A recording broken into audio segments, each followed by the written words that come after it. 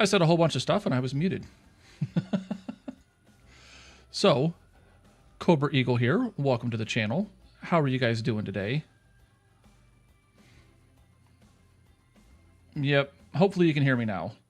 And there's like a 20-second delay, so...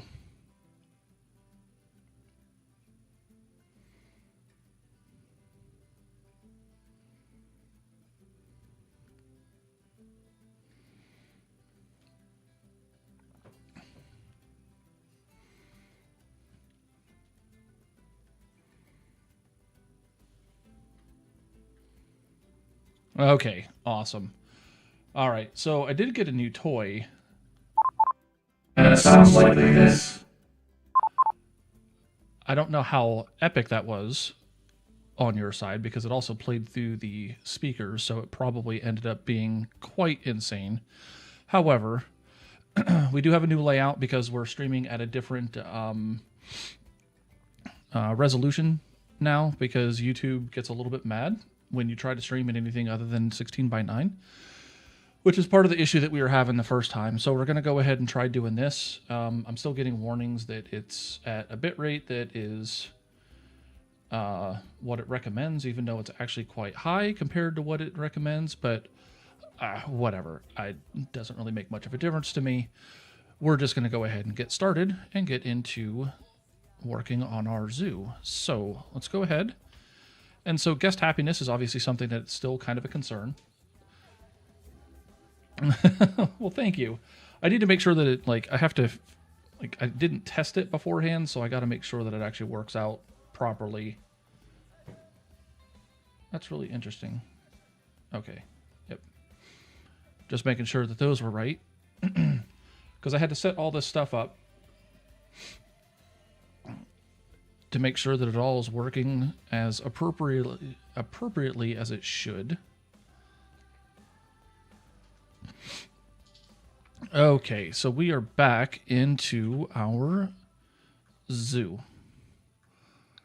So let's go ahead and get started. So last time that we were in here, we were working on decorating a lot of this area. So we're going to go ahead and get this finished. We're going to have to be a little bit careful around the edges here because we're going to have to put some stuff down for sure.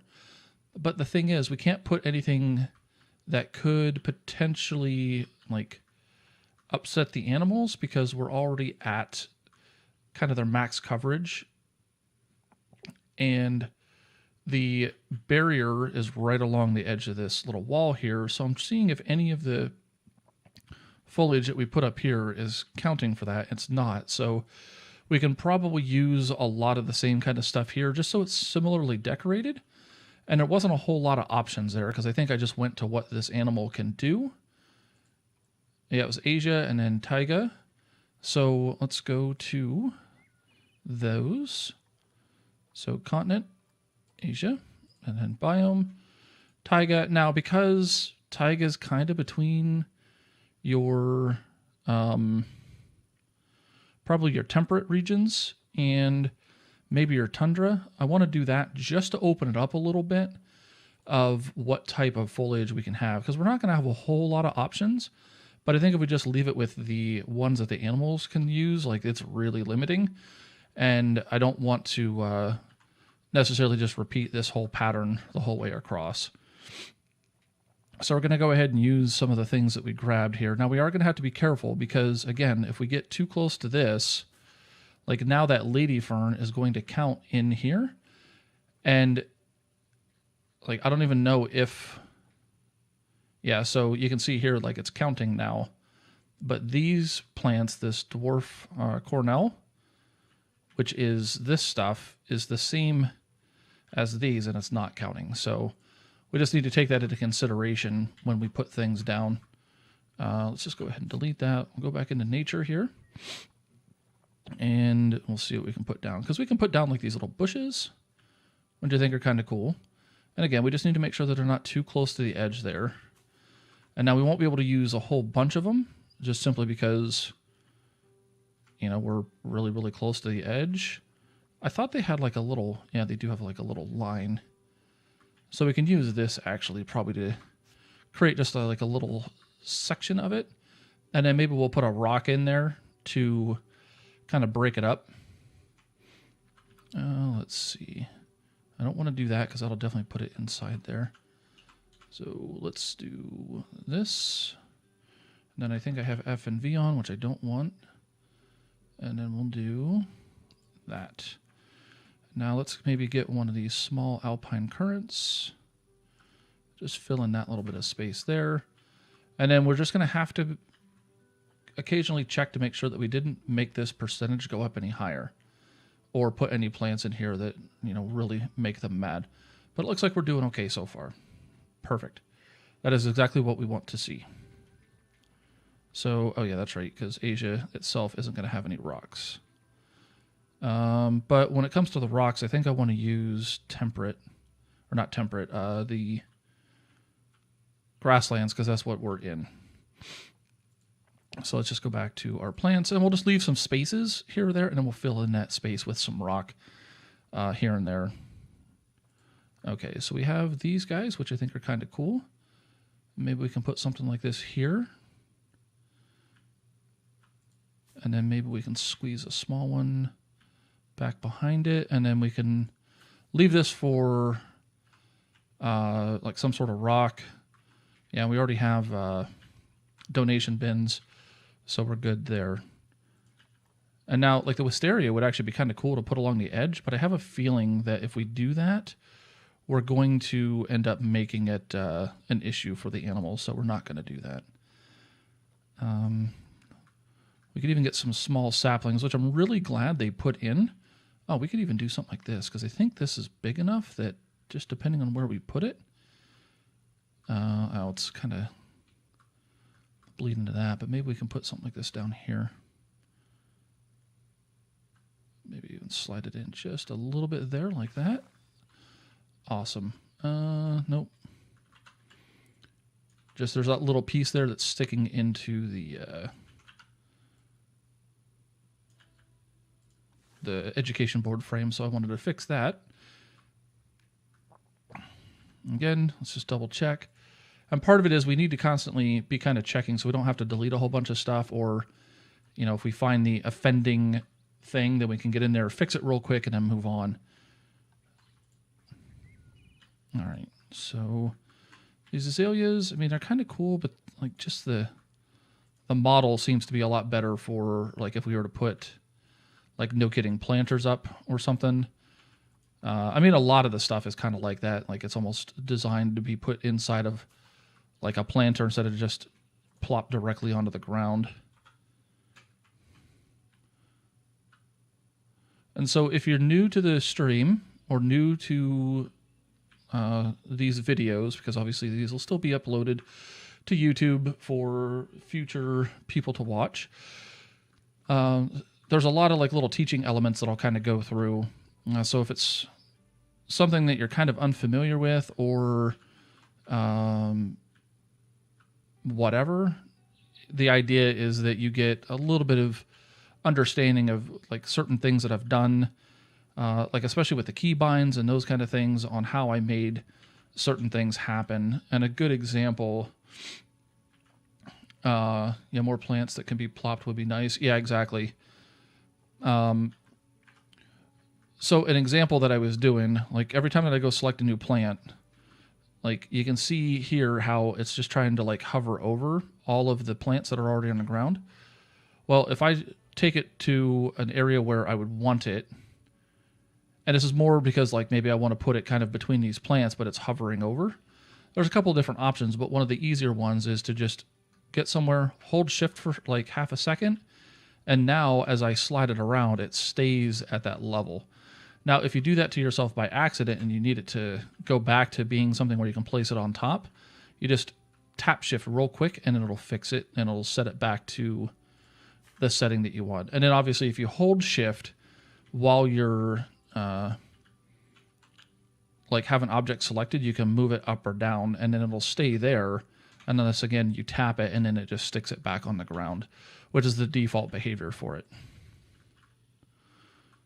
So maybe we'll put something like this in here. And then also sometimes it's really nice to take, you know, something like you know, this bamboo, which is really epic. But I mean, you can take the bamboo, and I'm not going to use it there because it's too close, but you can bring it down and you can have it set down in the ground like that. And that's a much better, like, depending on what you're doing, that's another alternative to there being this massive plant sticking out of your habitat or something like that. So see if we can get this in here without making anything mad. I think we might end up being a little too close, and I don't think there's anything smaller. We have a bunch of bracken that we can use. That's very just kind of ugly and spread out. Let's do something like this. And then maybe we'll put like a rock or something back there, and a rock here, rock there. And actually, maybe we can work this bush in back here. Stop it. And that's one of the other nice things is, oh, I hit V. If you're having that issue where it's popping up and like making it harder to get it set where you want, you just press that and then it'll fix it. So we're actually just going to do this set of bushes right here. And that way it kind of fills in this space up front too. And then the other nice thing is when you get around the donation bins, it's actually really easy to surround them with some nice foliage, because the plants themselves, while they'll clip into it, you don't typically see it like pop out the other side. And then again, you can just kind of shrink it down into the ground a little if you need to fix a little bit of that. And now, obviously, like, you know, depending on how realistic you want it to look and whatnot, some of these blades are clipping through. There's only so much you can do about it if you want it to be close. And naturally, the more detailed you want to get, that's awesome. It just means the more fighting you might have to do in order to get it to look the way that you want. All right. So how's your weekend been, Jess?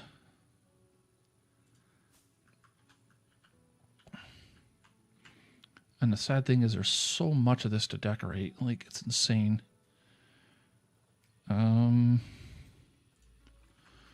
Yeah, and something like this, while it would be really good to chew up a lot of space, it's really big and isn't really conducive to what we're trying to do. Now over here, maybe we can do something like this, because we can probably just put it back here to some extent. Now even that's big. That's a big mama tree.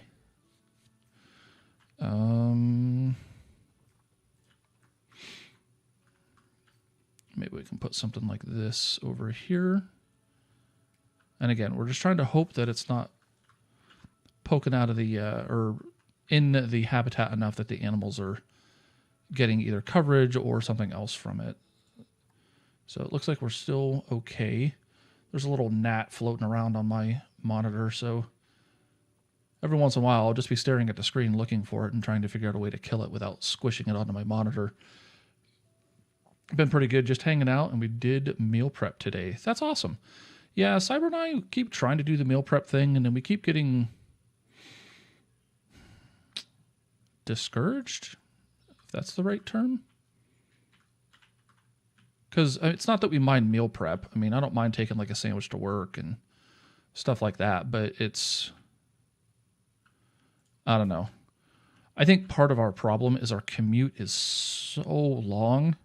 And I know I sound like I'm whining, and I really am, but our commute is just so ridiculously long that when we get home, all we want to do is like just chill out and not doing anything or not do anything.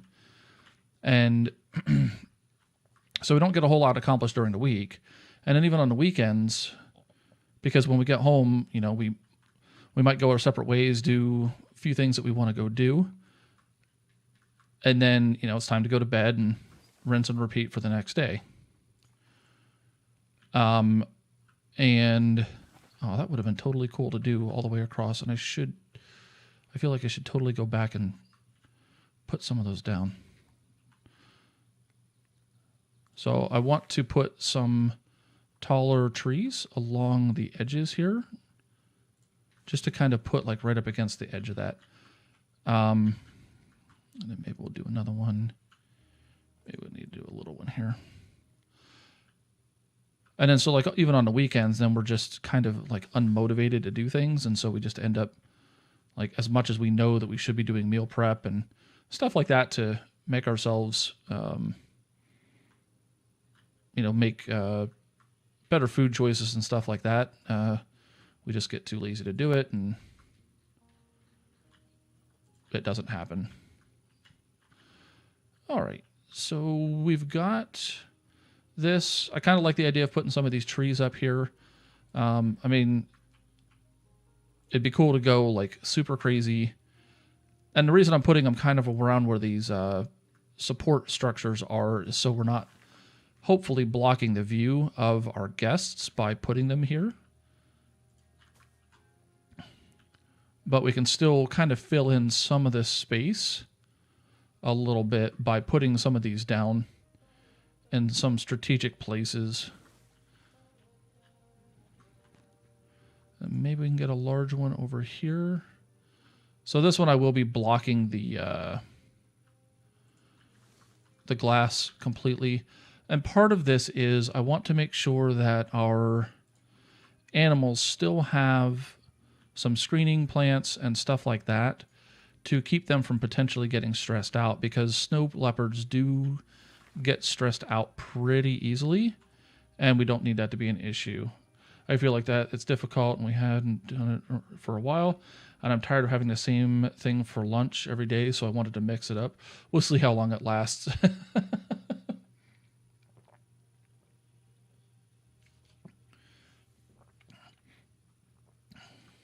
All right. Maybe we'll get you right there. Okay. So even that's already added a lot more like flair to the whole thing. It's made it look a lot nicer and probably more in line with like what a barrier might look like, instead of it just literally being a wall. And that's why doing all this decoration stuff tends to be like really important, is to make sure that you are getting a lot of like decorative items in and allowing the game and the guests. Well, you're taking advantage of the game engine first off, because again, this engine is built off of it's the same engine that Planet Coaster was built off of, where for all intents and purposes in that game, you were rewarded predominantly by doing, what do you call it? You were rewarded predominantly by doing decorations, scenery cues. That's the word I was looking for. Because whenever you do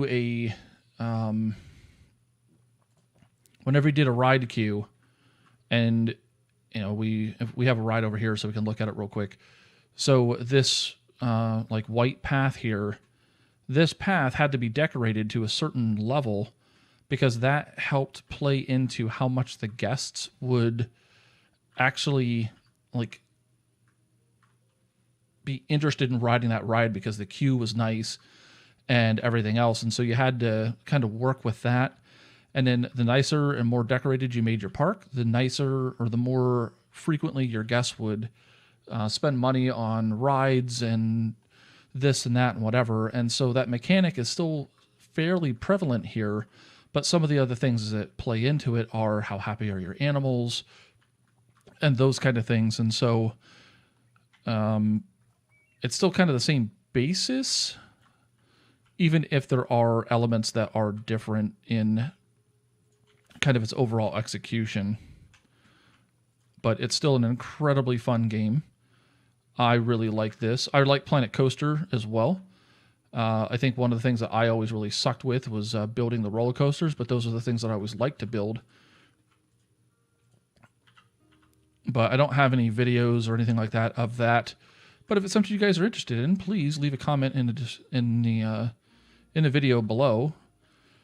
And for sure we can look at doing something like that, even if it's not as amazing as some of the other streamers or content creators that I've seen who have created just some utterly amazing theme parks through creative mode or something like that. Like, just mind blown the absolute sheer like thinking that these people have when it comes to this stuff. It's just amazing. And I think with a lot of games, you know, I don't want to say like it's enjoyable when you can exploit the mechanics, but it does tend to be a much more enjoyable experience if you understand the mechanics that are taking place in the game that you're playing. And if you don't understand things like, you know, how to affect animal happiness, which is a pretty significant game mechanic in this game, you're not destined to necessarily fail, but you are going to have a much harder time because the game is going to recognize that you're not doing some of the things that are at its very core of what makes this game what it is. And if you're not able to accomplish that, then, you know, you can shoehorn it in, or you can play creative mode, or now with easy mode, like you almost don't have to do anything. I mean, as long as you do some of the basics of the game, it's like extremely easy. But if you play on like medium or even hard, like you definitely have to take into consideration everything and understand the system, so you understand that when you do this or do that, that the overall impact that it's going to have on what is going on in your game. Okay. So, and again, this is just one of these, like, I don't think I like the cold weather plants that much, which kind of sucks because it's just what we've got. But I wanted to put like a cold weather animal in here because I wanted something different that we haven't used really. And so we have to make sure that we do that in order to make this go.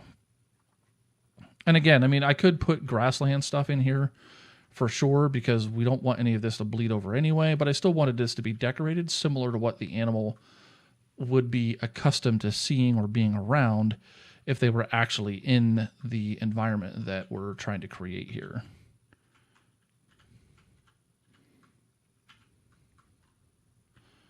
So let's go ahead and do our little shift trick here. You'll notice this education board is off.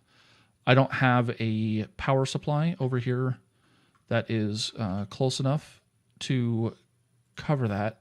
So what I might very well do is I may just grab a, what do you call it? Like one of the solar power ones that don't have a negative impact on the guests, and throw it over on the opposite side here just to power it for the time being.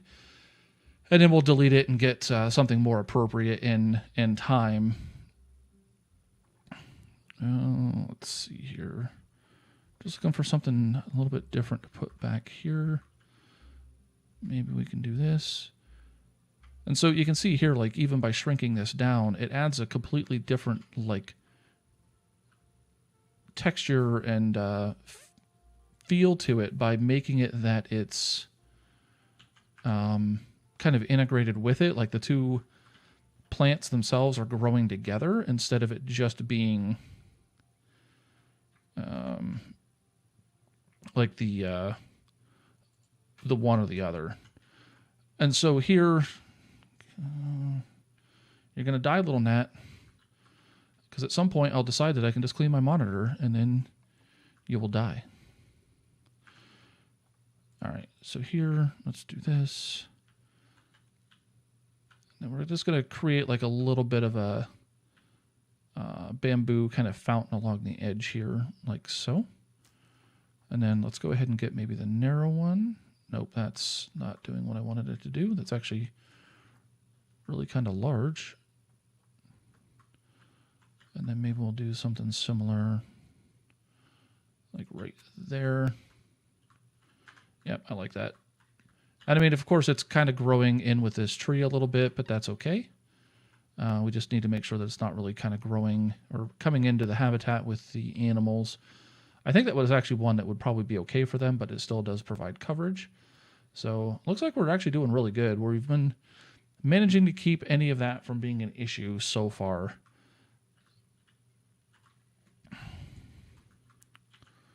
Let's maybe get a wider one here.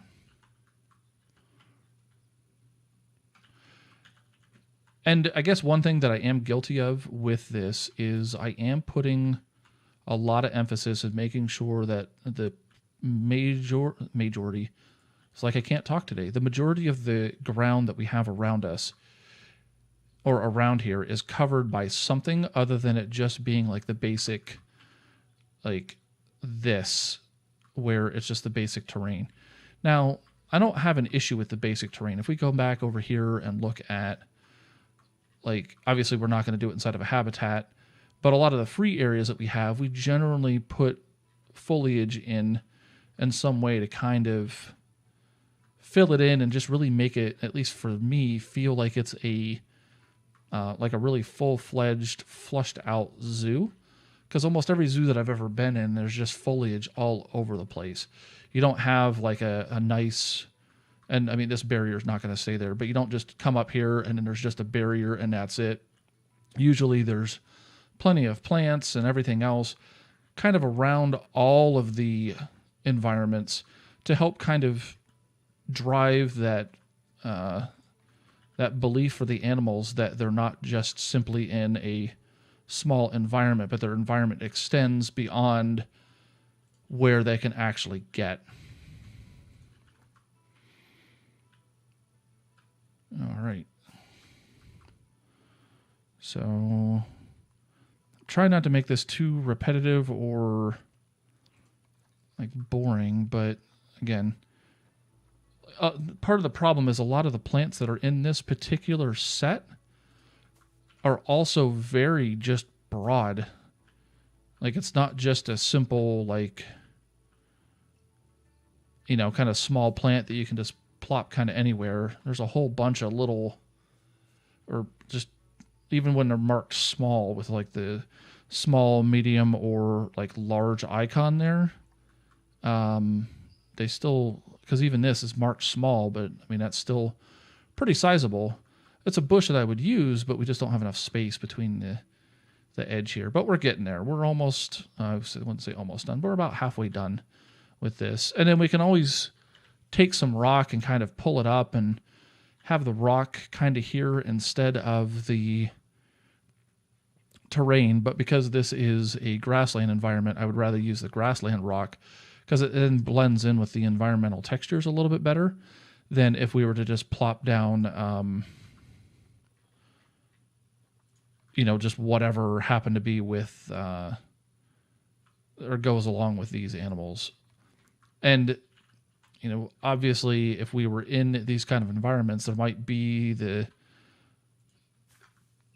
darker rocks or the different rocks that would come along with this, but we're not in that environment. And so short of like painting rocks like we like to do in the military, it's not common that you would just see those rocks. And the color of a rock, I don't think really has anything to do with how the animal perceives its presence in a particular environment. But the types of environmental things that are around there, I'm sure has a lot to do with it because it's all part of the same ecosystem. All right. We don't have a cherry. I like those trees a lot, but we're not going to have a place to put them. Oh, we haven't even been using these guys. So maybe we can use some of this, like right here. Get a little bit more of this going on like that. Excellent.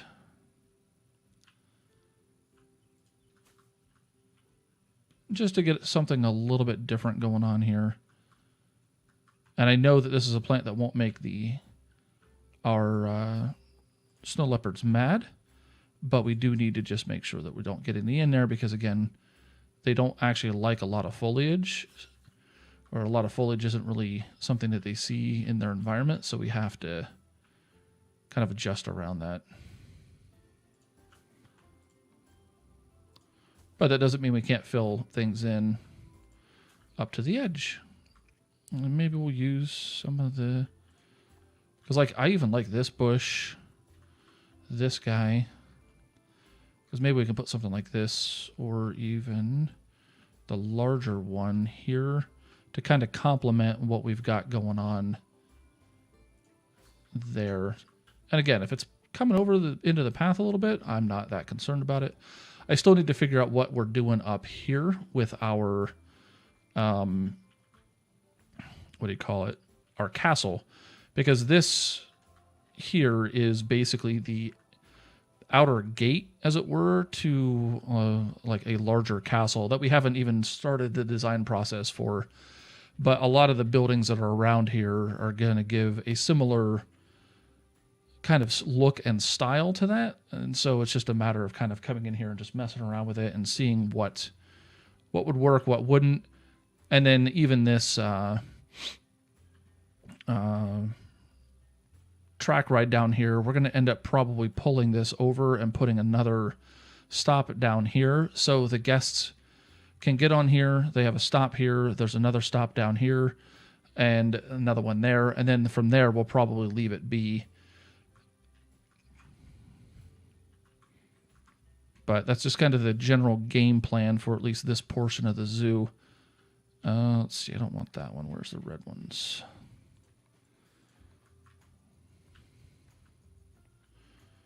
Get some of this in here. And then we'll probably work in some of the alpine stuff, the alpine current, just to kind of fill in some of this or like layer it and make it a little bit nicer. And now the game, you know, when it comes to decorating like this, I could just have the entire swath of plants open and just throw in whatever I want and not really have to worry about it kind of thing, because as long as it's not something that impacts the animals, the guests could care less. They're not going to come back and be like, oh, that alpine current doesn't go with, you know, some sort of like lotus or something that might be from a different environment completely. So they don't care about that. So that's always something to kind of take into consideration. And again, it goes back to just at least sort of understanding the engine a little bit. I don't think I want to do that. I think I just want to come in here and we'll just hold that down. Because I want to try to get something to fill in that little bit of space there. But again, I don't have, because there's another plant. I can't for the life of me remember the name of it right now. That's part of the grassland set that lets me fill in a lot of these little holes really easy without it being a real pain to kind of do. But nettle, that's what it is. The nettle seems to be a pretty versatile plant when it comes to a lot of this. All right, let's go check our snow leopards again. Make sure we haven't crossed any thresholds. We're still at 15. But so you can see here that it actually dropped to 98. So we've added some stuff somewhere that is crossing the barrier and impacting the animals' happiness. Yeah, so it's right here. It's this bush here. And so this one, we need to bring out just a little more and maybe turn it just a little. But you can see just how like finicky it is. And now we'll just double check. And so now we're back out to 100. It was the blue. Yeah, so there's two different types of crowberry bushes. There's one red and there's one blue. But now we can see that regardless of which one we select, it doesn't matter. All right. We don't have a lot of people in chat today, or anybody really in chat, but that's all right. This is really kind of impromptu. I just wanted to stream and see how things would go today.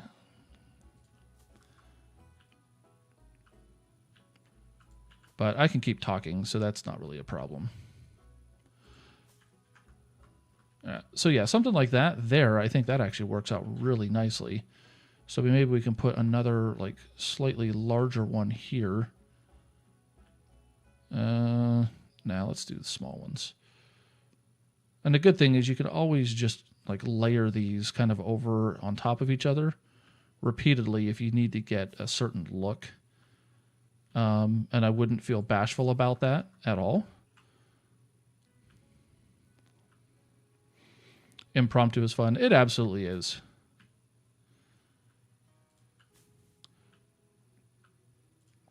I've been thinking about buying another Souls-like game. I don't know that I'll play it on stream just because I'm not typically good at them. I mean, I'm okay, but like I'm very cautious and I don't know a whole lot about the game that I'm playing, so I don't want to get it and then it just be like this kind of snooze fest of activity. Oh, fuck. Let's turn that on. There we go. Every time I come by here, I see that, and it just kind of bothers me, so I wanted to just bring that down a little bit and make it that it's more in line with the ground there. All right, awesome. We're actually super close to being done now. We just have to fill in this little gap here. And then the only other place that we need to fill in anything is right here. And then this we can go back to more of our grassland environment, and we can include like the temperate and the desert and fill in this with maybe a tree or something like that, and then we'll go from there. And so what we'll probably do here is I'll probably just put in a little bit more of this like dwarf bush or dwarf thing. Yeah, new games are exciting, but a shot in the dark at the same time. Yeah, absolutely. And I've played plenty of Dark Souls, and so I understand that. And those are very... There's games where you have to be very like calculating and you really need to understand every enemy, and like it's a very kind of strategic thinking game, and not that it's like a tabletop strategy or whatever, but you just have to be really kind of mindful of like what you're getting yourself into. You can't just go charging into a room and expect that you're going to be able to like survive whatever's hanging out in there. You're just going to have to... Oh, I have nettles, man. At any rate, I totally should have been using this to fill in some stuff. See, this is what happens when I'm not paying attention to what plants I have available to me. But I think it's Sirico. Shadows Die Twice is the name of the game. And that one seems to be a much more like fast-paced action type game, which, I mean, sounds really exciting. It's still a Souls game, so it's still going to have a lot of the same kind of mechanics of you get your ass handed to you like really easy and really quickly if you're like not careful. And again, it's another one of those where you have to kind of understand the game mechanics and everything else to really be able to like succeed in a game like that. So I know we're going to put rocks down, and I feel like we've left like 2 spaces for rocks. So we'll leave this area open as well, and then we'll go ahead and get some rocks in here. So I'll just reset all the filters, and then I'll come back to biome, and then we'll go to grassland, because again, that's what fits here from an aesthetics perspective. Again, any rock would really do, but the rocks for this stuff are probably the best to use. So I can go ahead and I can take something like this, and again, don't be afraid to sink things into the ground. It doesn't hurt anything at all to do that.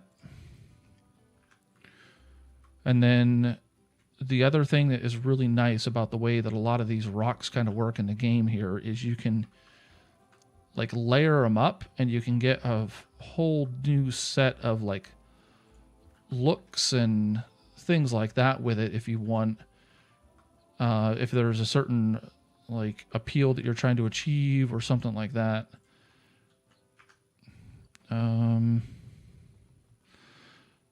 So I don't want that little notch there. I mean, I guess it's not terrible, but I just didn't really want that notch there.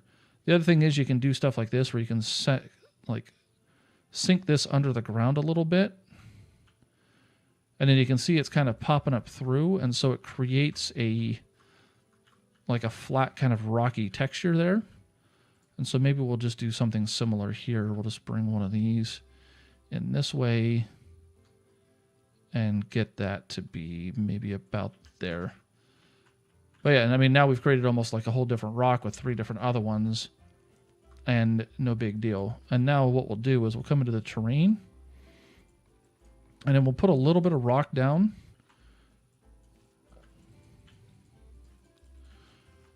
And then you have, again, the plants don't really care what they grow on. They'll just grow on whatever you put them on. So it's not that big of a deal. But if you want it to look a little bit more natural, where you don't have rocks growing out of, or plants going out of rock, then you'd probably need to go in there and, make some minor adjustments here or there. Excuse me. And then even something like this, because there's not a really, one of the smallest rocks is like rock 18 here, which actually makes it a really good rock to fill in a bunch of just random small little holes here or there. And then especially with it having the kind of the triangular shape also really helps. That said, I mean, even here, it's still really small. But don't be afraid to use just, this is going to sound terrible when I say this, but don't be afraid to use just the end of the rock, the tip of it, because you can still just do that. And while you're underground here, you can see that that's very different looking. But up here, this is the look that I kind of wanted to go for.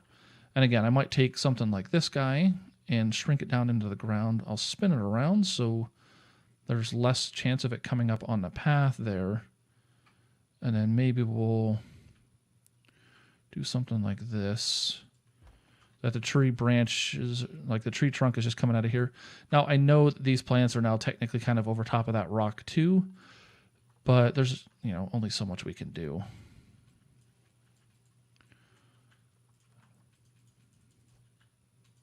And there we go. All right.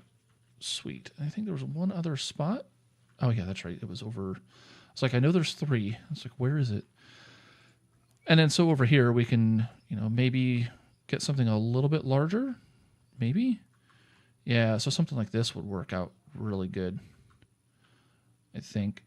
And the other thing is, now I can make this so it appears to go through both sides. It's just a matter of whether you want it to do that or not. Or in my case, I don't really want it to do that because I really want that barrier to kind of feel like it's been designed to be put around something that they didn't want to have to dig up.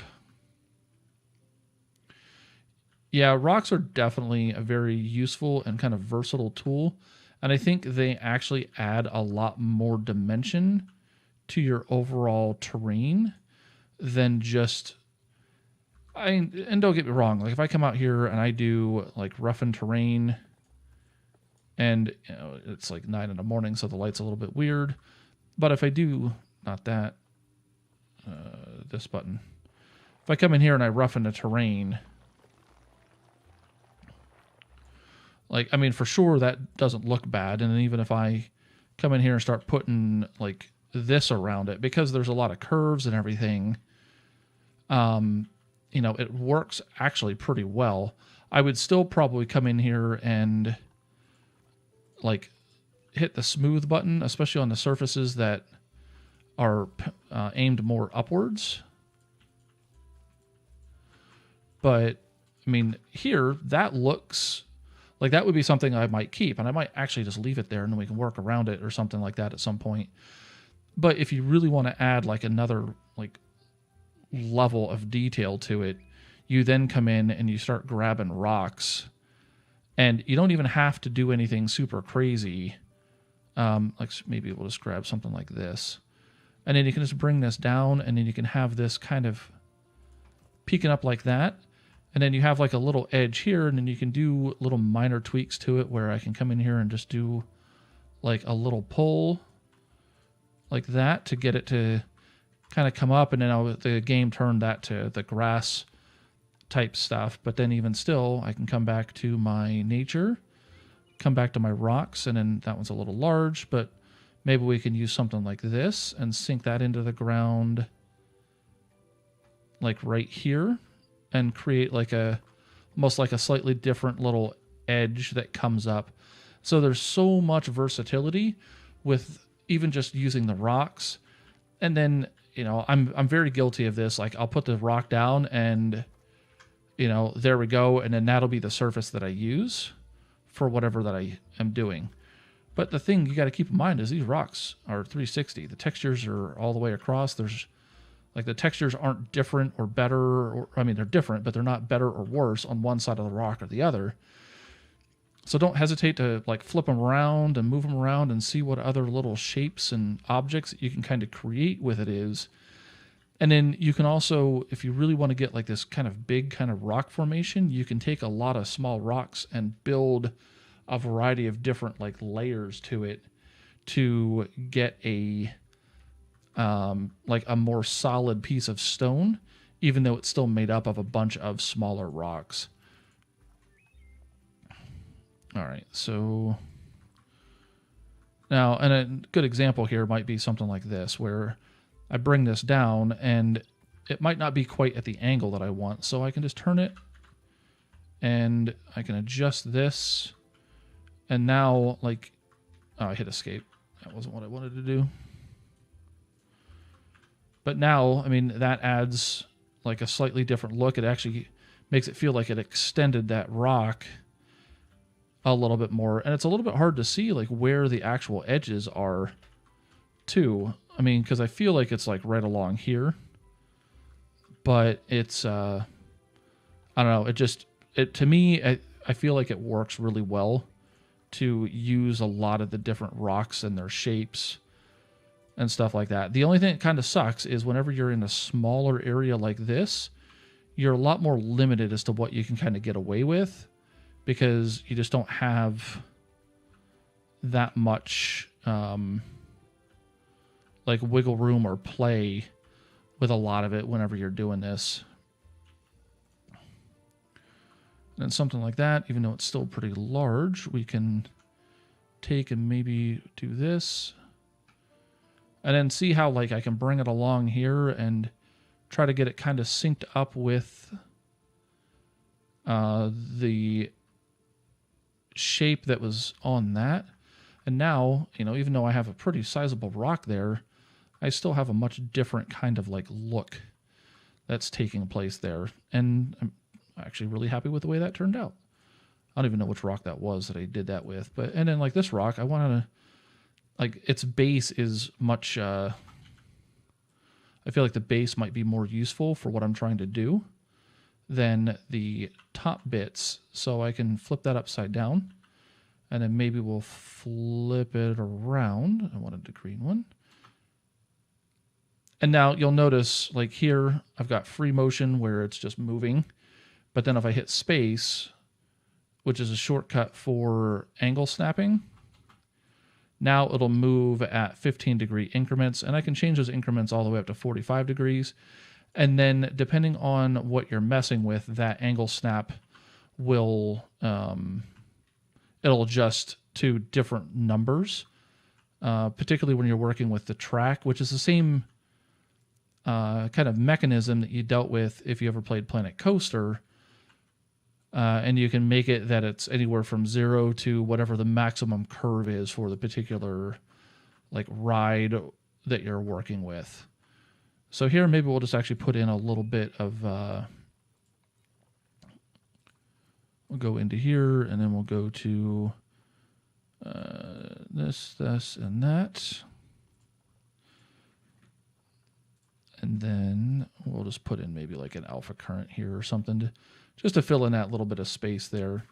And then maybe we'll even do another one on the back side here like that. And there we go. Nice, easy looking, pretty simple. I mean, I've been streaming for 50 minutes and that's pretty much all we've worked on. But that's just kind of an indication of how much time it really takes to kind of decorate this stuff properly. And now this building here, as I look at it from a distance, I notice that it's kind of very bland and just kind of meh. So there's still some more stuff that I need to do to it. The overall like exterior design, I think, is pretty decent, but I wanted to make sure that we had something in here that highlighted the different restaurants that are in here or shops, because that's something that at least I personally like to do, that whenever I put in shops, that I have some kind of way to identify the shop, maybe create my own little like facade up front, which is exactly what this is. I've taken a couple of fence pieces, a couple of the red pillars, and then even some of the trim, and created like my own little awnings there. And I don't want to necessarily duplicate that exactly over here, but I do want to come up with something that kind of fits with what we're doing on this side.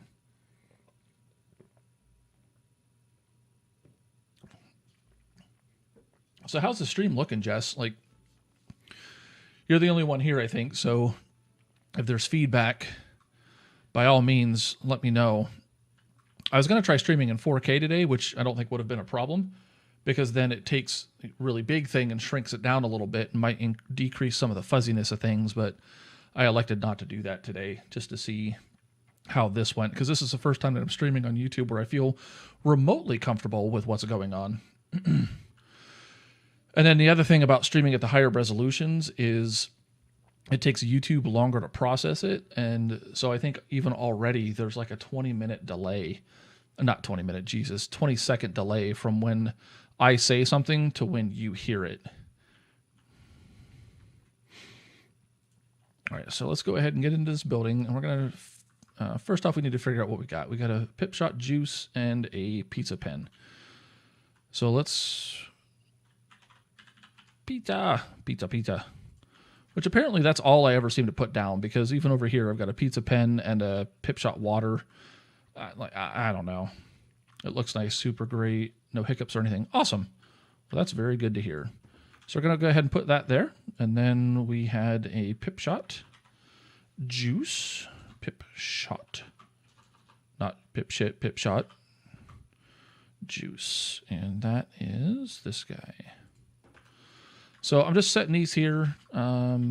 Those snap into place that way, or the way that they did. I'd like them to snap into place like that just so I can get them perfectly up and down.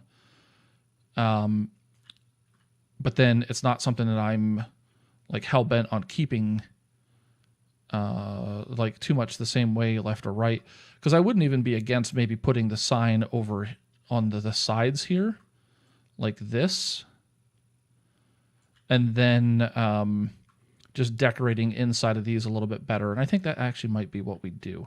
So we're going to just set it down. And then here I can just get these to snap right onto the building. But you notice here that this one, there's a gap about almost the width of it. So I'm going to get that pushed up to here. And it's only so that when I move both of them simultaneously, then they both should be at about the right distance from the wall. Now, we also need to have something for them to kind of connect to. And so what I'm going to do is I'm going to grab this 4-meter, what the hell's it called? 4-meter, like concrete. It's not concrete, but there's a 4-meter beam, stone beam. Sandstone, that's the word I'm looking for. Man, you would have thought I've never played this game. And to be honest, I have 752 hours in this game. So that's not a, like, I'm an expert. It's more of I'm making fun of myself for I should know what a lot of these things are called. Now, this, of course, is being super irritating. Oh, let's just do this. Because I think what I want to do is I actually want to get this so they are all kind of the same. And I'll explain what I mean by that in a second. I wanted to make sure that they're all the same elevation and same distance back, because I want to, I think I'm going to keep this kind of all the way across here and figure out a way to kind of work with it a little bit, even if I just use that as a a place to put in the like another awning like material or something like that over top of it, because I think that would actually look pretty decent there. So I think we'll go ahead and we're just going to set that there for now, because what I want to do here is I want to get, like, I don't know why this doesn't rotate in a way that's actually intelligent, because that's obviously not how an eave works. And this time I want to use the square ones because I just wanted something different. And then I'm not even 100% married to that, because what I might do is I might use the curves. Oh, no, because if I do the curve here, then it'll wrap around the building, which isn't what I want. I was going to say I might use the curves to kind of blend it, like have it like the 1, 2, and then it kind of curves in here, curves in there. But then if we do the same thing on this side, then this curve is going to go around, which isn't what I want it to do. So, or at least what I wasn't thinking that. And so now you can see that these things are actually pretty kind of tall. But as long as I have this over here, because the guests aren't that tall, and I'll show you a really good way to know how tall your guests are here in just a moment. Because, I mean, obviously we can sit here and look at this, but because of the depth, like the perspective component of like how you see things, we're not really going to get a good understanding of like exactly how that is or how that looks. So we're going to just do it this way. We're going to put this here. And then I think I want to try to bring it down just enough that it covers that purple. And we probably need to, I can bring it in just a little more so it actually meets up with the purple there. And then, yep, I think that's sitting perfect. Sitting right where I want.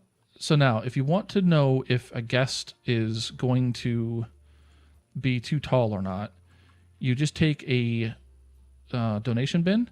Because if you take a donation bin and you look and you put it next to a guest, you can see that the guest is just a little bit taller. So, I mean, depending on the guest, because, I mean, obviously it's taller than this dude. This guy's clearly tall. She's taller than it. So I didn't even realize that the guest did have different, like, height. But you can see here that generally speaking, it's just a little bit taller than this. And so if we were to stick this here, we can see that most likely we wouldn't have guests' heads clipping through that roof. Now, there is a Hats Fantastic in the zoo somewhere. And so at that point, we probably would see that taking place. So we can do a couple of different things here. First, because I do kind of want this covered, but I don't have to cover it with this. What I can do is I can hit X and I can bring this up to about here. And then what we'll do is there's another beam that's really useful that I think we're going to use. I just got to find it. It would be really good if I did things like, made things favorites or something like that. So now this one, I mean, it's obviously going to snap there, but that's okay. I can get it to move wherever I want.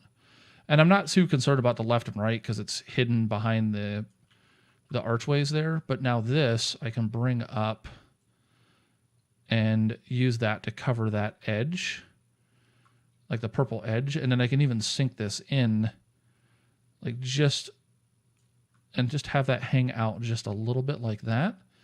And that's perfect for what I'm looking for. And now you can see that I'm able to raise this up. I still have the overlap that I want. And then here, I can bring this down. And I can cover this one too, so I don't have that like little purple edge there. And then if I wanted to do ones that are up and down, unfortunately, I would have to take this and rotate it this direction and then slide it like that to kind of cover up the side pieces there. And I'm not against it. But that wasn't really my intent. I think we're going to go with something like this because I think we might put something else because they have pillars that we could potentially use in here that would kind of cover that up, like something like that. And we can use that to kind of cover that little edge there if I wanted to do that. Now, there's a better way to place it where it's not as goofy to manipulate it. We could even use something like these pillars if I wanted to. And I'm not even like stuck in using that. I can go get like a wood piece from somewhere else, which might actually not be a bad idea, and use that in here to do what I want to do.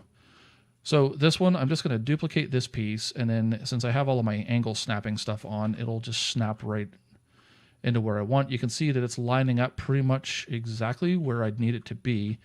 And so another trick that you can do is I'm going to delete the storefront here. Now I'm going to select all of the different pieces that we grabbed. So instead of having to redo the whole thing, I can duplicate this and put it over here. The big trick is if I duplicate it like right now I just have a freewheeling piece of whatever that I can set wherever I want, which is great, and like it's snapping to something, which I don't even know what it's snapping to, but it's not what I want it to do. So what I can do then to fix that is I can grab a grid piece. It'll let you duplicate with grid pieces, but now everything there moves on the grid. So I can take this and I can put that in there just like that, and it works exactly the way that I wanted it to. So we started this endeavor with the signs. So I want to go ahead and bring the signs out.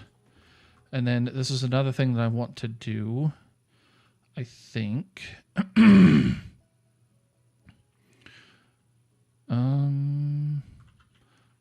Let's see. Because if I bring it that high, it's actually not intersecting with anything there, so that's great. And I even have a little bit of room to move forward. And then so you can see here that like this center line, I would probably want it more along the line of the center, but here I'm actually okay with where that sits. So we have a couple of different things that we're going to do here just to make this a little bit different. So what I want to do is I want to go in here and I want to type sign. And I'm sure there's, it has a more specific name. I just don't remember what it is. But I want this sign bracket. And now you can see here when I go to place it initially, it's just those two little nubbins kind of sticking out, which works. It actually shocks me that I was able to actually select that without fighting with it. But what I want to do is I want to bring it up here. And you can see that it's poking out of the top and bottom, but I figured that was going to happen. And my goal is really to take this, and then I want to take this one, and we're just going to rotate it 90 degrees. And then I want to slide it to one side, like this. And I'm going to just try to get it roughly in the same spot as these pieces, and I'll be okay. Because again, it's not, trust me, and you'll learn this as you watch me more often if you stick around long enough. I really do like things to be precise and have that, kind of like high level of precision. However, sometimes it's just a little bit too much, but there will be plenty of times where I will demonstrate ways to get exactly precise things that you might want. And even here, I can show you what I would do if I cared as much about it on this one. And it's not that I don't care, but it's just one of those, like, I feel like this is taking a long time. But so here, you can see that I have this wall piece, and it's sitting on the yellow grid that you see on the ground there is a 4x4 meter grid. But what I can do is I can adjust it down to 2 meters. And so now if I were to place this down, and actually I really want to adjust it down to 1 meter, because what I want is I want the center piece of this to be here and here. And so now if I go back to bracket, that should be good. So here you can see that it wants to line up there. And there, because these 1 meter pieces, it's going to line up in that way. And then I can take it, turn it to its side, and take it, turn it to its side. And now if I select both of them, as long as I don't mess with the blue arrow here, they will be perfectly aligned, at least left and right. Now, top and bottom, I could fix that too by having increased this to a certain level, that then all I would have had to have done is messed with the red arrow to get it to come far enough back. But you can also see here that my Mark 82 eyeball method actually yielded a pretty close result. Now, since I took the time to show you this, I'm just going to leave it because I did it, and now I just want to leave it. And then I can delete these 2 things because I don't need them. But you could, if you're trying to get certain things lined up in certain places, don't be afraid to use grid pieces. Let things like snap to it and then move things to where you want them to be. And so now I want to grab this. I'm going to duplicate it.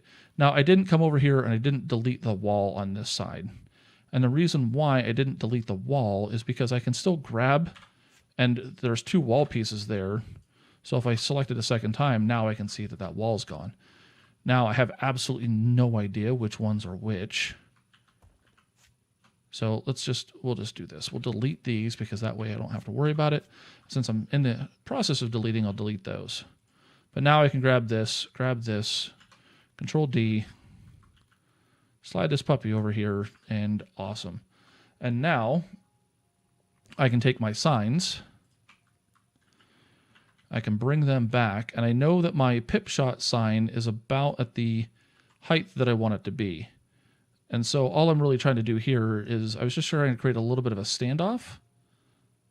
And even if those like go in there a little bit, not a big deal. It's not a problem at all. I also don't want the signs touching like the lights or clipping through them. So these are where I want them to be, at least with as close to the building as I want. But this one, I want to bring this down, excuse me, a little bit so that point is more along the center line of those bricks instead of above it. And there we go. And so now we have a sign here, and as Jess aptly pointed out when we were decorating, I think it was... No, it wasn't that one. Which one was it? Was it this one? That might have been this one, but it, you know, it definitely added kind of like a 3D look to it. And there was other shops that I think we did it to too, but I just don't remember. But there was a very kind of, oh, I know which ones it was. It was up here. So here we have these kind of hanging over the edge there, and it creates a very kind of like 3-dimensional look because it has a shadow and everything else that goes along with it.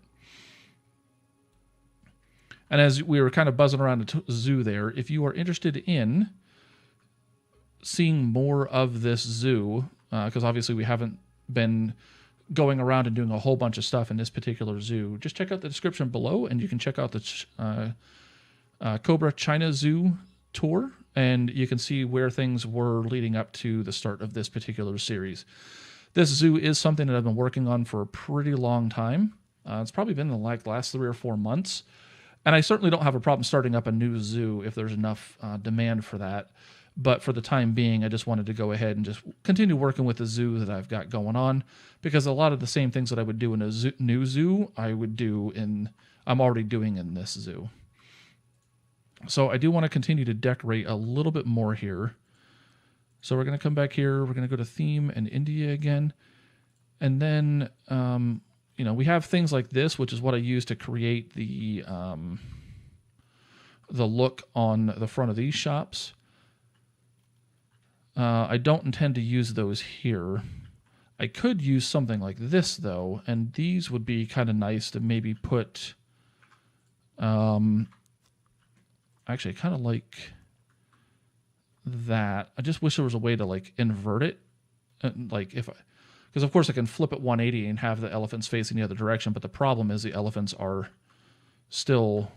actually, I'm curious. Is there a backside? Yeah. And so the backside, like, the elephants are only ever going to, like, properly face one way. So it's not a bad like decoration thing, because what I was thinking about doing was doing something like this and then having it here and then just sinking it in just enough that the texture is kind of hidden or still visible. But the only problem is like it gets buried there and so on and so forth. So I don't think it's really going to be a viable decoration for us here. That doesn't mean we can't find another one, because I could even use something like this arch here. I wonder. Oop, come on. Because I wonder if there's enough like thickness in some of this that I can use this archway and just decorate it like this, where maybe we have just like that. And then I don't actually see the archway. Oh, I do see the archway in the building a little bit, unfortunately. I'd have to take it all the way out to here, which at that point, the guests are definitely going to be clipping into that. So we'd have to take it. I guess we could do that. Let's try that, because it doesn't have to be, like, the point doesn't have to be exactly at the top. Okay, so let's do that. And then all we need to do is just bring this down so it disappears into the floor. And then there, we already have a nice little like shape here. And we could go as far back as like here. Maybe just make it that point goes away there. And so now the problem is we have it peeking through on the backside here. Now, how often are you going to ever be in here that you would see this? Probably, I'm pretty sure the answer to that question is never, but it's still not a bad idea to maybe just fix it like that. But now we've created a completely different, like, unique shape simply by taking a piece and moving it into position. Now, I have no idea if that's actually centered or not, because that was something I don't think we actually did anything to try to influence. So that would be another thing to potentially take into consideration. Here we can just kind of eyeball it a little bit that, you know, it probably needs to slide over just a little bit more to the right, like that. And then I think we should be cooking with some gas there. So again, I like that. So we'll just delete that one out. Then we'll take this, and then that way we can just use our grid. And now you can see here that for whatever reason, it made it go a little bit higher. All you have to do is hold down Shift, and then you can slide that down, and it goes exactly where you would want after you like get it into the right notch. So we could have also used like these little panels here, because these would have integrated quite nicely, and we could still use them. We could just sink them in far enough that they aren't covering up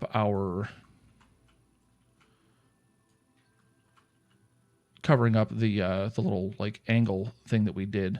Or we could even kind of incorporate it a little bit like this, and then maybe bring that down to here. And then again, we don't see that peeking out on the other side. And so I kind of like that too. And now you can see here, like this one snapped to the other side there, which is what I was wanting it to do, but I just needed it to, I wanted it to snap to this side. It just wasn't cooperating, so it just did that. But I think that looks great. So again, we can just duplicate all of this. And I just duplicated the parts that we like needed to have. And so now, because I do have a second one of those, I can delete that out. And now we have kind of a nice little design here that really kind of classes it up a little bit and makes it look far more interesting than what it would have been otherwise. And, you know, if we want to, we could have pulled this out a little more, but I'm trying to keep this stuff relatively close to the edge, because the guests are going to walk up and they'll clip through it. And there's only so much you can do about it. So you don't want to have a bunch of this stuff like coming really far out, because your guests are just going to stand in there like morons.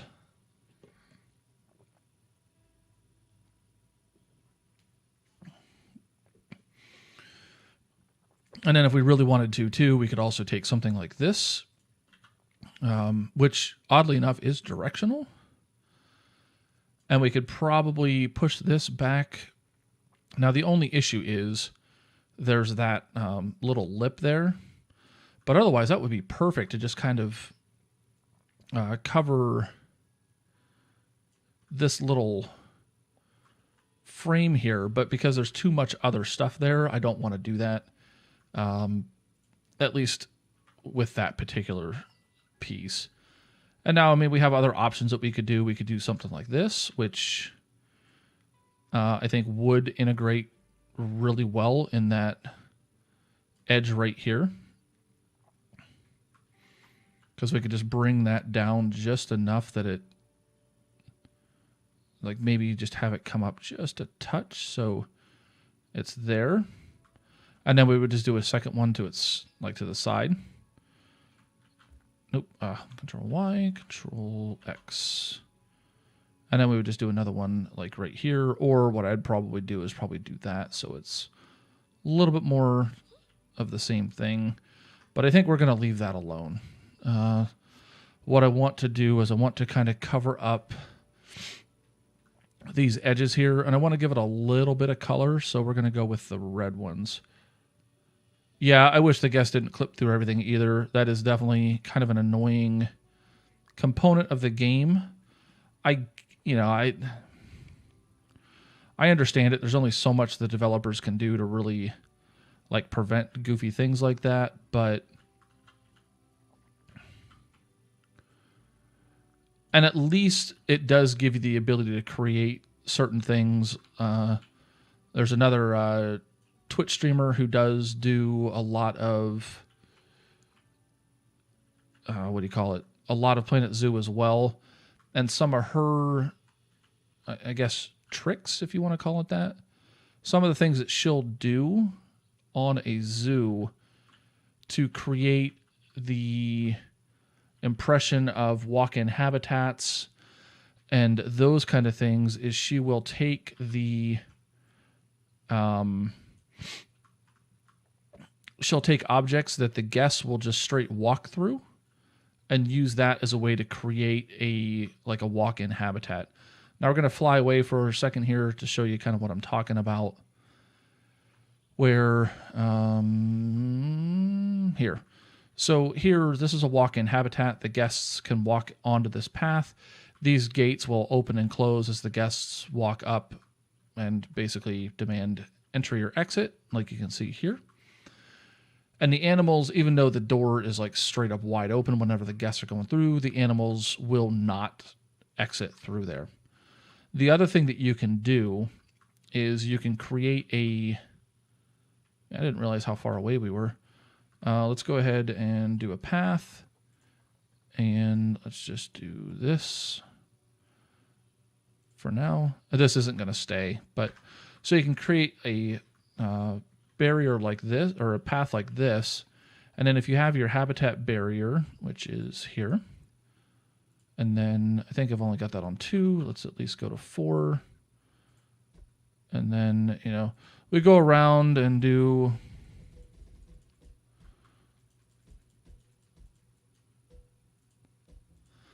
like that.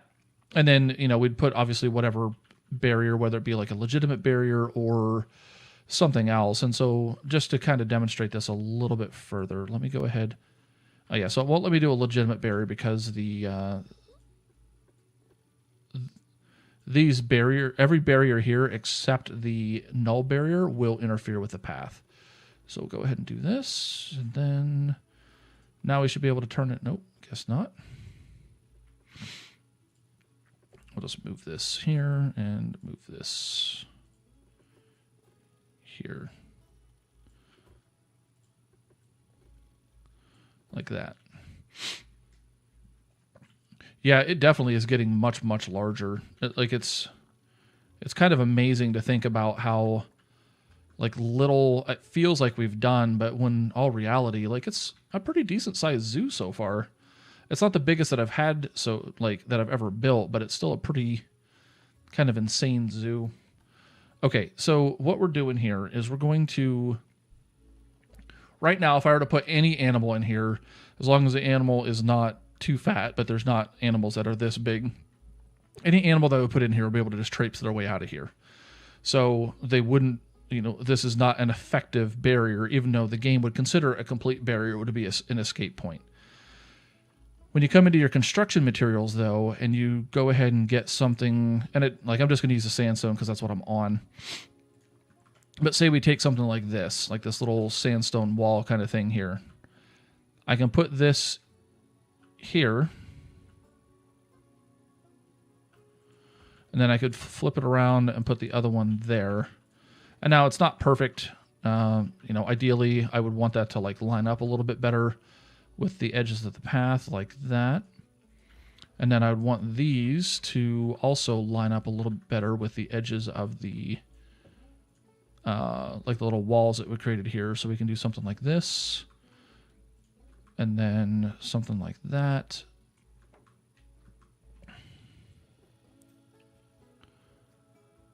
And then, okay. And then we would just need go back to construction, and we would need a 1 meter little crossbar to go across the top of this to give the impression that there's it's still a walk-in habitat. Thing is, again, depending on the size of the animal. Now, this particular setup could, say, block adult-sized African elephants or giraffes. I don't know that the rhinos or the hippos will get blocked by this because it's still a pretty big entrance because it's still 3 meters tall. But the giraffes would get blocked, I'm pretty sure. And then, like I said, the elephants, maybe. Oh, you have to excuse me for a sec. Oh, my goodness. Okay. But, so instead of having something like this... in addition to having something like that, what you can then do is if you come into construction, and this is where you're now having to start to bend the rules that the game enforces. So here, we have this gargantuan Indian door. I can take this puppy, I can slide this over to about here. And it's actually kind of funny how all of this ended up working out, even though I didn't plan this at all. Sleepy Cobra. Yeah, Cobra is very sleepy. And then we do something like this.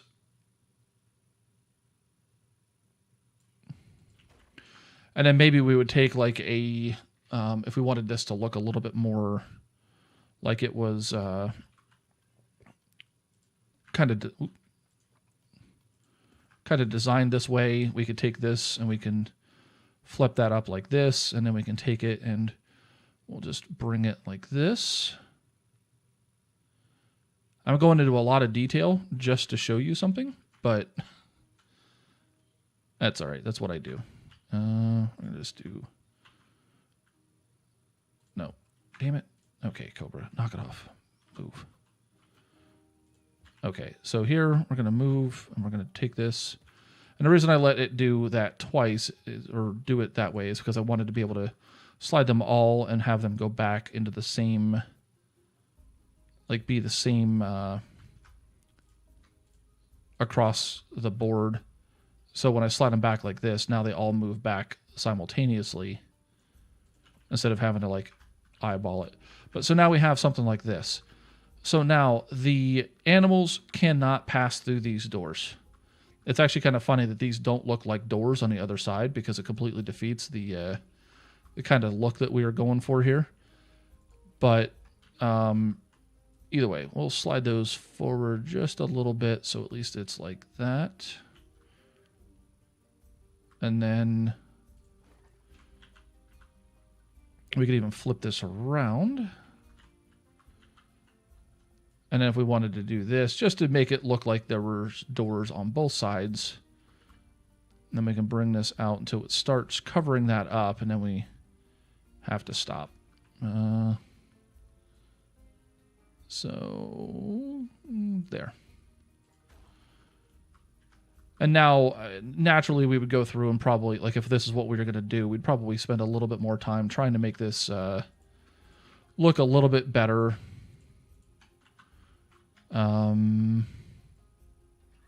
Something like this.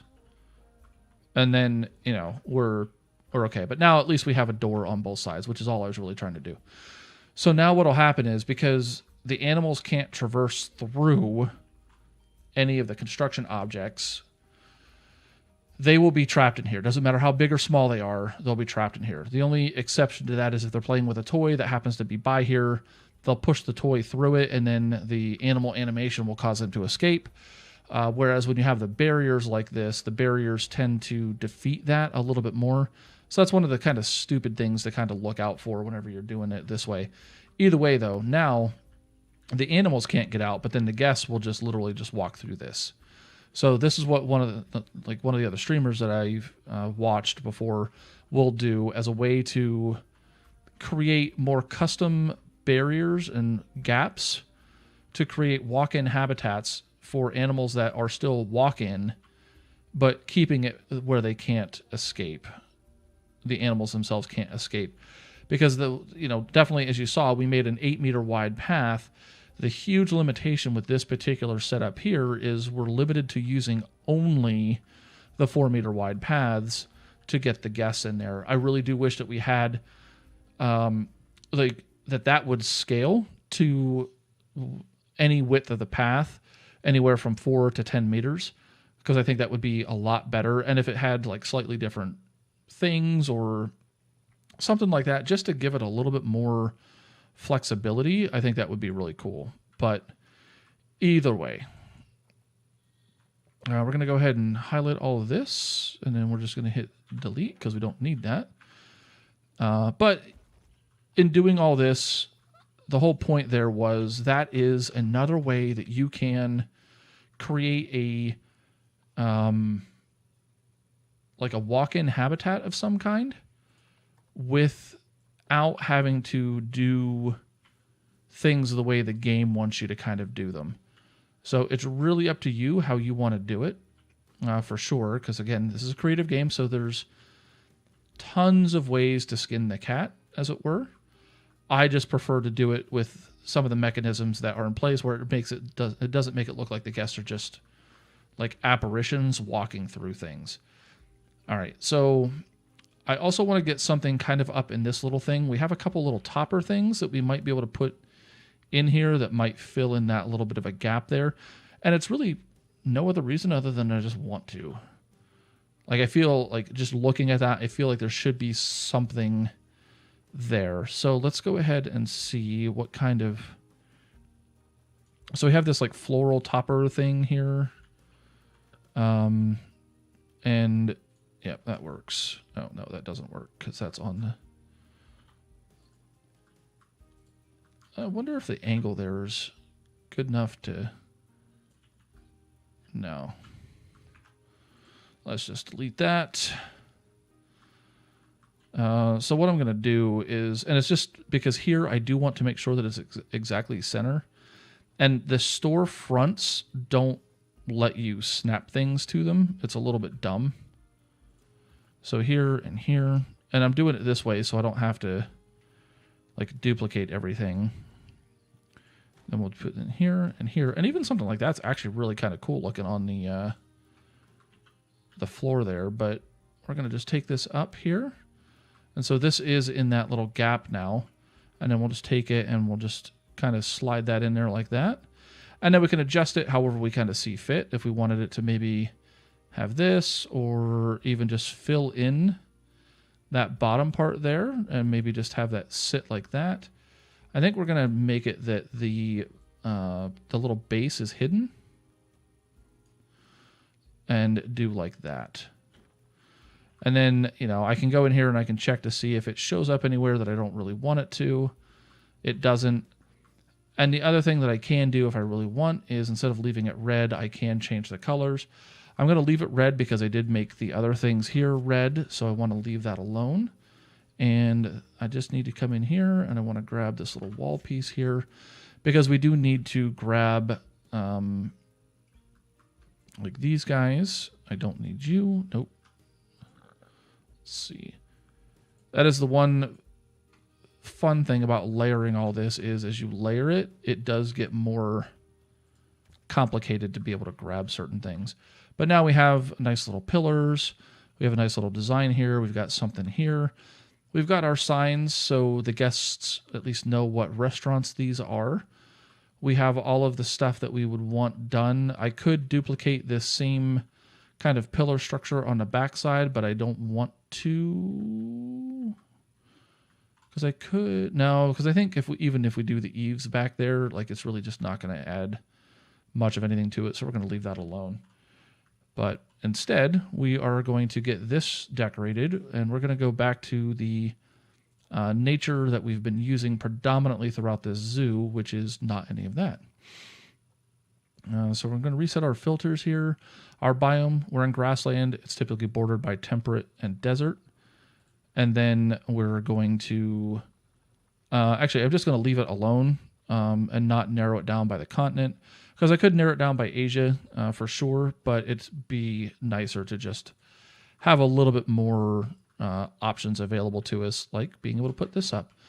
And then we don't have to get too wound up about like where everything's sitting and all of this kind of stuff, because we have plenty of space here, because we don't have any animals that are going to be affected by this. So, and the other thing is you can see how this bush is kind of, I mean, it looks like a standard bush, but if you want to extend it and make it look a little bit larger than it really is, you can take the smaller ones and just work them around the edges and make it look like that. And so now it looks like a much larger bush kind of all the way around, especially when it's all of the same thing. Let's see if maybe we can get like a tree or something in here, because I think that would be nice to have a little bit of a tree. And I'm trying to make sure that not too much of the leaves or anything are poking through things that they wouldn't poke through when I do that. And then I'm not trying to make this symmetrical, but it probably will end up that way anyway. But maybe we'll put cacti of some kind down here. And then maybe we'll do something a little bit different on this side. Like that. No, that's too big. What did we use? We used the 3. So maybe we'll do something like U here. And then we have these like Bengal fountain or bamboo fountain things again. I think there's a little bit too over the top for what I want to do here. We also even have this little bramble bush, which would work. Actually, I think that's what we'll use here. We'll just kind of combine the two. And again, we're getting that thing where the bush is trying to like pop up and rest on the foliage that I have in the back, which I don't want it to do. So I just held shift and put it in its place so it knows who's in charge here, which is me, not it. And then it would have been nice to put that tree up instead, but because I don't know what it is. I really like these trees, and they're just your standard cherry tree. Let's just do this. And then the only thing is that is sticking into this way more than I want it to. So I don't know if maybe there's a... Oh, and the other thing is it completely blocks the sign. So yeah, we're just going to undo that. So here, at least, as the guests are walking along, they can still see the sign.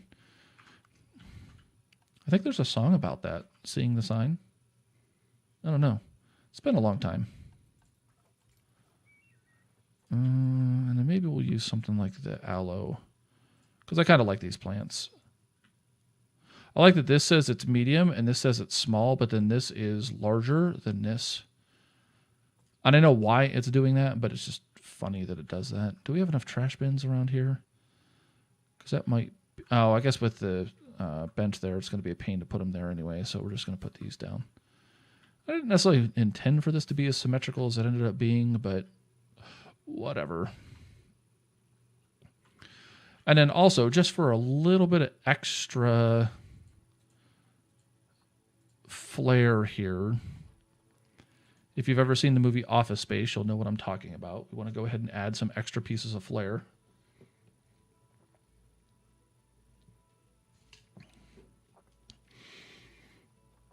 And now, what I'm about to do doesn't necessarily make sense, just because of the way that the ground is and everything there.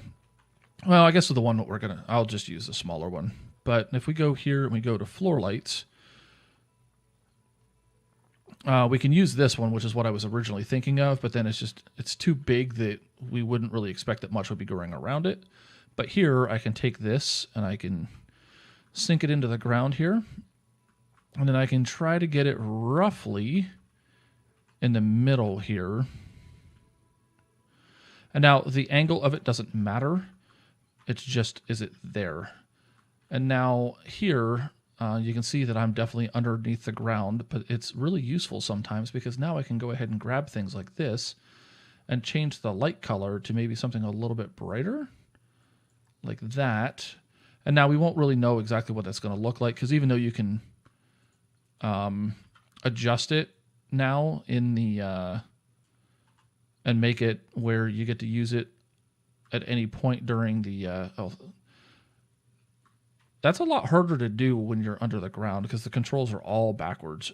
At any rate, we put this in the ground and we have the controls up here, but unless it's actually nighttime, like at least in this area, because it's got sunlight on it, we're really not going to see like what that looks like.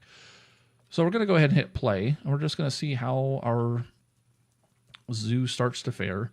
I don't expect there's going to be any issues whatsoever. We can go ahead and say hi to all these people. If you're unfamiliar with franchise mode, which is the mode that I've been playing in lately because it keeps me from having to redo all kinds of research. If you have guests in your zoo and you say hello to your guests, then you get you get 20 of the conservation credits. And so if you hover over here and you look in how you earn conservation credits in franchise mode, you can release animals into the wild because whenever you do that, you're taking advantage of the conservation component of the game, and therefore, you're taking advantage of that, and you get conservation credits for it. And the more endangered the animal, the more conservation credits you typically get. You can sell animals in the marketplace because in franchise mode, not only are you buying animals from potentially other players, you're selling animals to other players as well. So that's something to keep in mind when you're playing in this mode, is you're actually trading animals with other people. So if I go into the animal trading here, and we're just going to let the game play, but this little icon here tells you that this is an animal that is coming from another player. And then the brown ones, you can't sell your animals for cash, period, to other players. You can only sell them for conservation credits.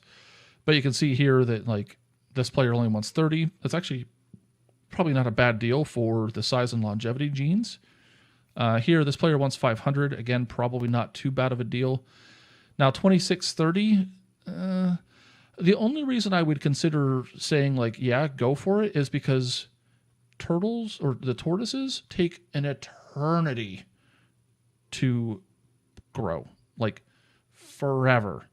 So whoever bred this animal, they had to keep the animal in their zoo for 25 game years, and that's assuming that they're at 1 times game speed, and subsequently created a pretty good animal and had to keep it there for a really long time. Even though the tortoises are extremely easy to get. 1,500 here for slightly less stats is definitely not a bad price either. But at any rate, so you can buy and sell animals on the marketplace using your conservation credits. Grading avatars, which is the process that I just went through. And so you can see up here that they've got the 4, but now that I've done a handshake with them, I can't get more conservation credits.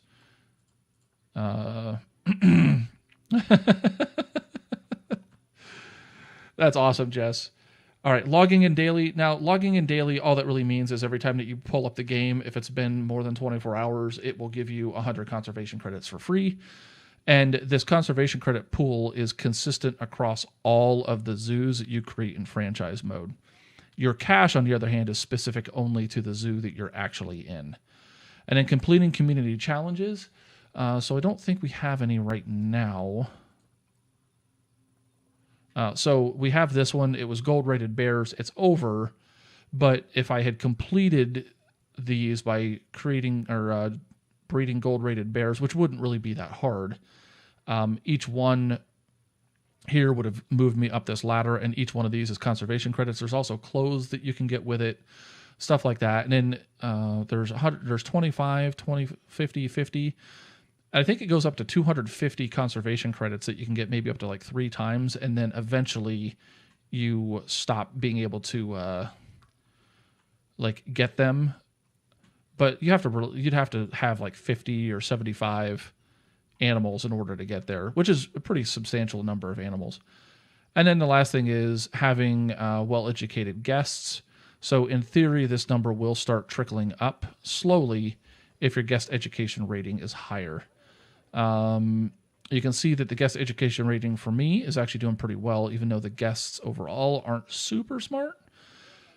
Their thirst is still hurting a little bit, and then that's part of what's playing into their happiness. So all of those things will get you these conservation credits and make your zoo, or make it that you have the opportunity to buy animals that other players created or bred. And the reason I say that and bring that up a couple of times is because I come here and I get this animal. Well, it's gold rated, and again, especially with tortoises and the amount of time that it takes for them to be bred and whatnot, you get something that's pretty decent, and it saves you a whole lot of time. Where, like, if I were to buy this animal, which is just the Frontier Zoo, which is just the default, this is how it injects animals in to make sure that there's still some way for people to get stuff. It's really cheap, $455, and has absolutely garbage stats. But if I were to take her and mate her with a male that complemented these stats, I can start working that up and then working those different angles. But sometimes, if you have the conservation credits, buy the nicer animals, the ones that have the better genetics, because it just puts you that much further into getting what you want done. All right, so I guess we need to start thinking about what animal that we want to put up here. I think because that was probably my next project, and it's only because I really like the main goal of this zoo is to not leave unfinished projects scattered all around the zoo. That's why, as painstaking as it is, like, I come in here and I decorate all of these little areas that I would want to have decorated before I move on, because if I don't decorate them, and since I'm not building out here, I'm not concerned about this yet, but if I say I already had like a whole bunch of stuff over here and over here, it's very likely that I would just continue to ignore this space and never actually fill it in with something. And I mean, even if I just put some rocks in here or some foliage, or even just, I might even, because what I will probably do is I will probably put donation bins and then maybe even a couple of benches up underneath here, just to make this almost like a little pit stop.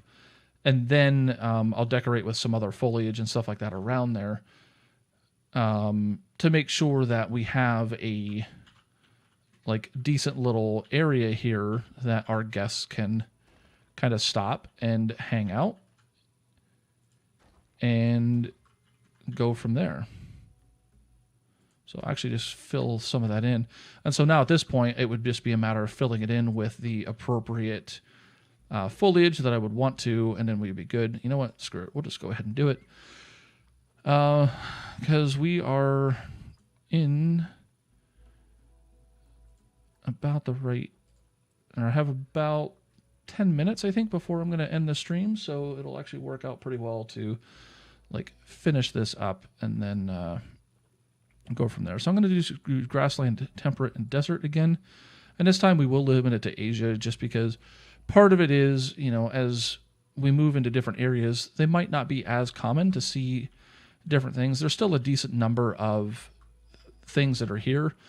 But now if I were to take out temperate and desert, we're really limited in what we can put in here. It's kind of super boring. Because this is the biome for this, and so it's just a whole bunch of this stuff. And I mean, not that I dislike this stuff, but I can't change the color of it. I can't do anything else with it, and so just spamming that all over the place, I figured it'd be good to go ahead and add a little bit of extra stuff to make it that we have some extra different plants down here, because as I said before, like layering the plants really makes a huge difference in just kind of how all of this really kind of like looks and feels from a completeness standpoint. If you really want this to look like it has a lot of like varied foliage and stuff like that. And now something that I probably do need to get better at doing is maybe making like a raised up, and I kind of did it here, where this is almost like a designed flower bed of some kind. Now I probably could have done something a little bit different with some of these things, but it's still something that I wanted to try there.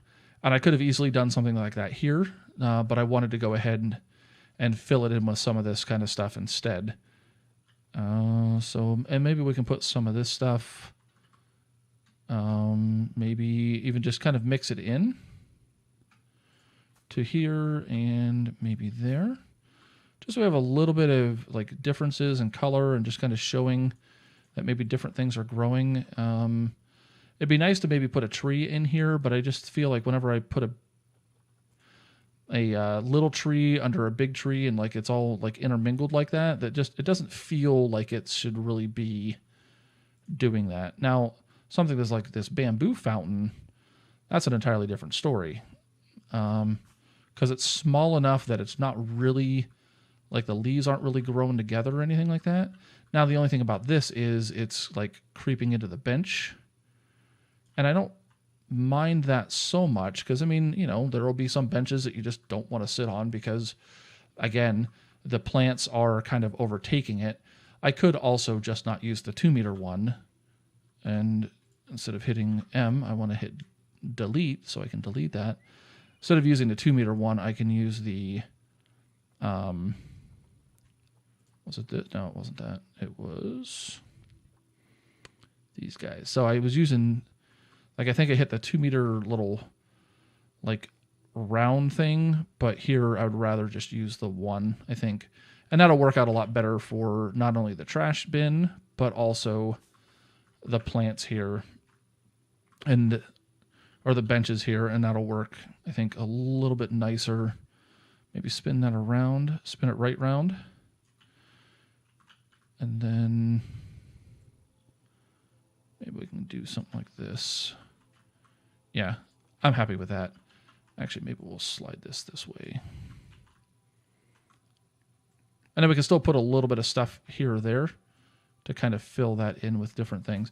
But so something like that, it doesn't look like it's growing into this, and it fits inside this little space really well. So that's kind of why I was doing that. And then the other thing I could do, if I want to, is I could take the larger ones and maybe shrink that down and use that as something that maybe is kind of covering the base of the tree a little bit more. And do something like that. And now as long as this isn't peeking through too much over here, and again, we can probably just spin this around and maybe fix a little bit of it, maybe. I think that's probably, yeah, I guess it's a little bit better. And just do something like that. And make sure that this one's not getting overgrown too much. But, you know, just extending that a little bit further. Maybe we brought that down just a little too much, so maybe we can do something like that. And then we'll get back in here and start adding some more stuff and get this complete. Now, like these black poplar trees, they're really awesome, but they're too big for what I want. So maybe we'll start using some of these guys, which, you know, you're kind of large here, so we can go ahead and fill in some space right there, so that'll be good, like so. There's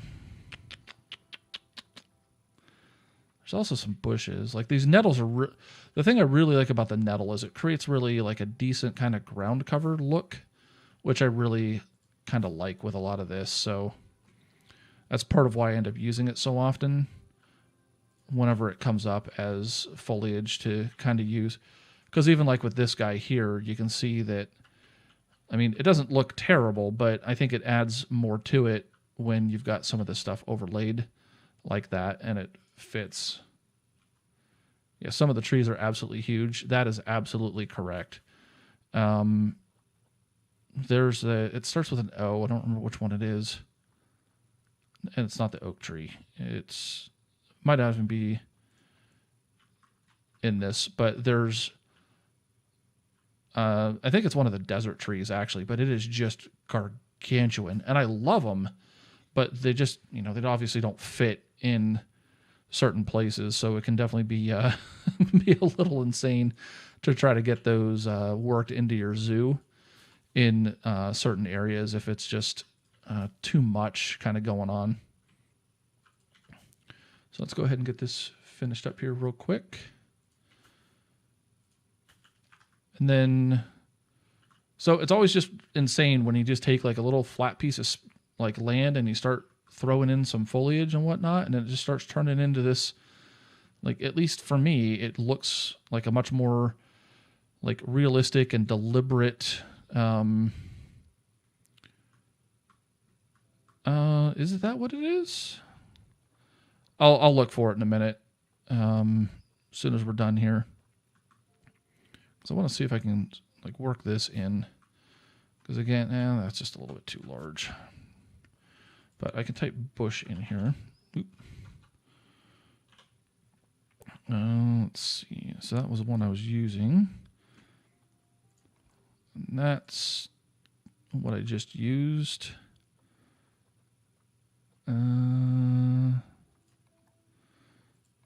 So these things are...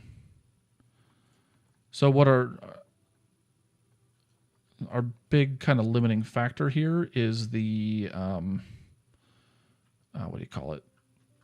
That we're using Asia. If I had turned off Asia, we'd have a lot more things like available to us. But I think this works. I think we'll be able to get this to kind of fill in this extra little space here and not be too big of a deal. I can probably even bring that down just a little like that. And then let's go back into nature. Let's take out bushes. And then maybe we can even put something like this in here just as like a little bit of a pop of color. And then maybe even put one here. These things are definitely better designed and look better whenever you put them in planters. But I haven't really spent a lot of time messing with planters or anything like that yet. So it's just something to kind of keep in mind. So putting something like that there works. And then I can even take this and maybe slide it over just a little. And then maybe what we'll do here is we'll just do a little, actually an alpha current I think would probably work out there well. Just to kind of fill in that extra little bit of space there. And then over here, I think we are going to grab this one and maybe move it so it's not clipping into the path there. And then we can put something right here as well. So let's go back in here. And I mean, even here, we could do something like this where we can take a tree that kind of grows outwards and do something like that. And now the guests, as they round this corner, they might clip through the tree or whatever, but it's not like the end of the world. Actually, I think I don't want to do that. I think I want to try... That was the one I just put in. Could put in a baby one like this. Yeah, I like that. Let's put in a baby one. A little itty bitty baby tree. Let's shrink that down to... Nope. Let's do this. And there. Okay. Oh, I was like, why does it look so thin there? And then I get close, but it's just the... like how much it's rendering. Because if I get further away, it just doesn't render as much. All right. So the big tree, like, and this one, it always looks small, but I'm pretty sure it starts with an O, but I can't really like narrow that down. Custard tree, fountain. Yes, the ombu tree.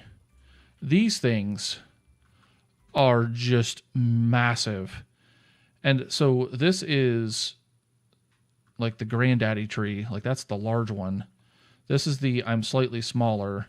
And this is the I'm slightly smaller still. but they're still just gargantuan trees. And I mean, you know, you have the oak trees here as well, but it's just like these are the trees that I always see because, you know, grassland, but they are just epic in size. And I mean, they're great for providing cover in certain situations, or if you're trying to cover a path, it is ginormous. That is a true statement. So if I wanted to create some shade over this path, that would actually be a perfect tree for that ombu. Because then I can take this tree and I can like flip this guy around and maybe put it like right here. And I mean, you can see that it's still kind of like interfering with some of the other trees and whatnot. So let's go ahead and maybe do something like this. But now I've got like this canopy over top of all this.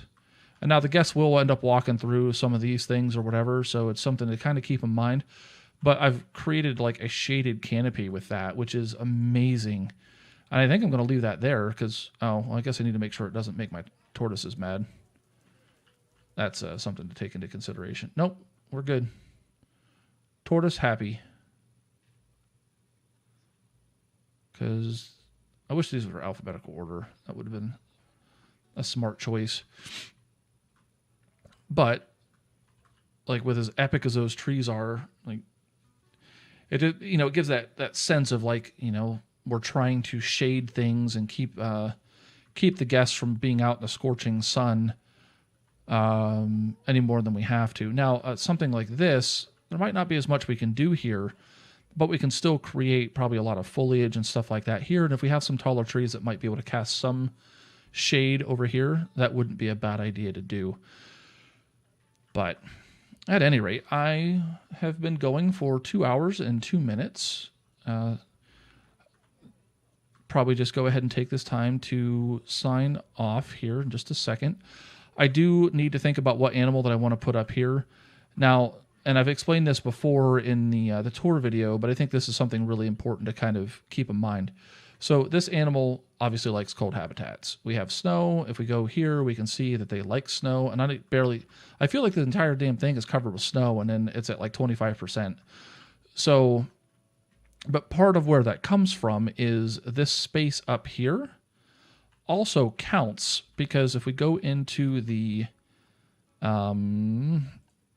barriers, you can see, and it's a little hard to see here, but this barrier comes into here, comes along this edge and everything else. And so this barrier is underneath this patch of ground. And then even more so, like while I can have the two habitats here, whatever habitat I put up here, because even though my snow leopards can't get up here, they count this as part of their environment space. And I can show you exactly how that works here in just a second. So my pill's going off, so let me take that real quick.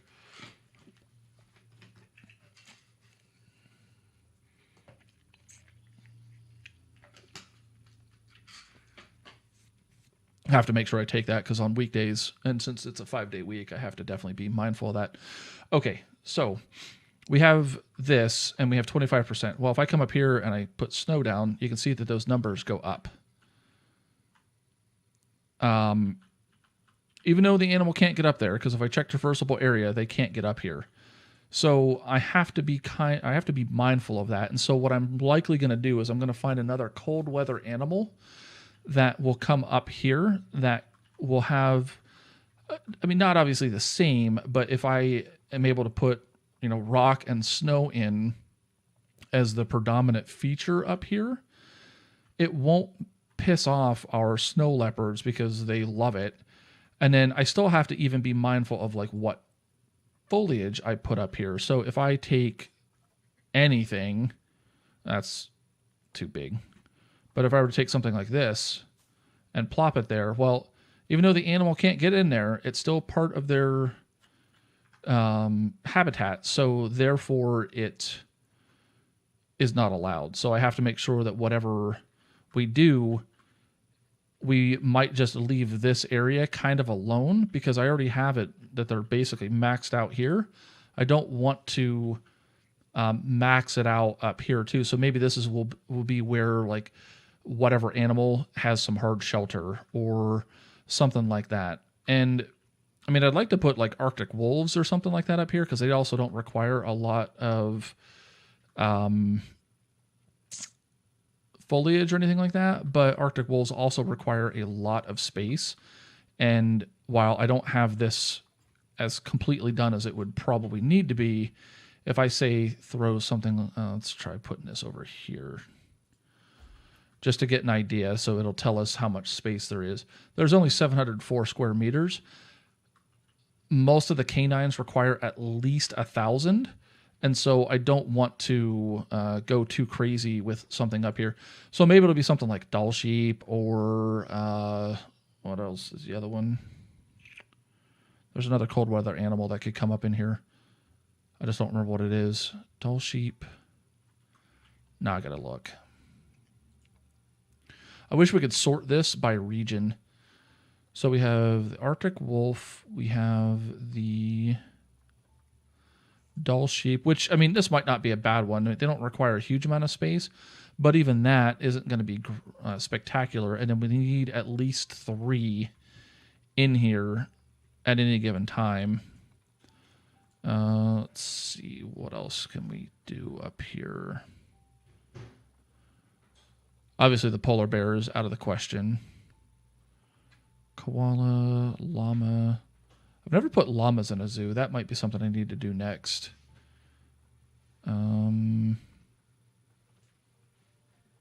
Snow leopard, Siberian tigers. You going to bed? Okay, I won't be too much longer. The Siberian tiger might not be a bad option. I mean, they require 705, but I don't have to have anything more than 1 in there.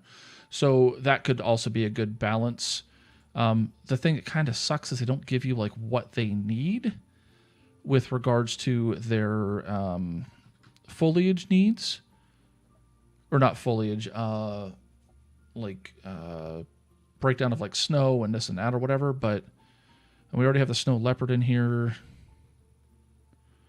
The timber wolf would be another potential, but again, it doesn't. Yeah, so I guess the only thing that I can really think of is maybe the doll sheep. Or something like that. What?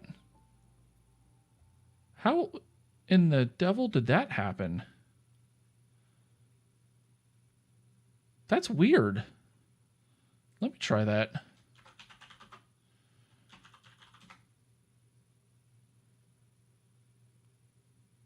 Is that what you typed? Night Cyber?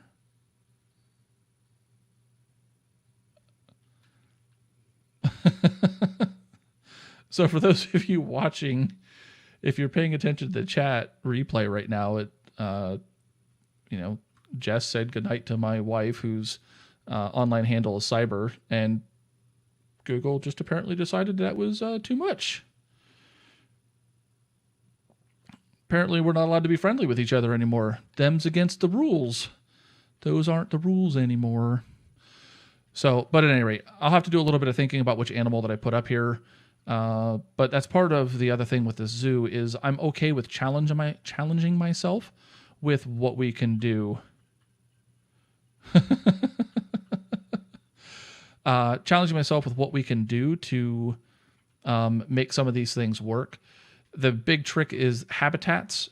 Even though, obviously the habitat has 3 dimensions that are sort of taking it up. Let me rephrase that. It has like 2-ish dimensions on the ground where it's like just your standard area, but it really, as you put your shape down, it really takes into consideration volume. Because the other thing is, this habitat that we have up here is also going to take into account whatever we've got going on down here. Again, snow and rock, so it really shouldn't be that big of a deal. We don't really have any foliage down there, so it shouldn't be too much of a problem. But again, it's just one of those things. It's just super squirrely about the way the engine works a little bit. But it's part of, being able to make a really interesting zoo and deal with some of those challenges. But at any rate, I hope you guys have had a great time watching this video. I know it's probably a little bit long, but at the end of the day, I really do enjoy building these, and I hope to continue doing this. So I really hope that you guys can continue to come by in the future. If you are new here and you haven't subscribed, feel free to do so. It is at no cost to you. Otherwise, also, I would encourage you to like or dislike the video, whichever floats your boat, and also leave a comment and let me know what you think.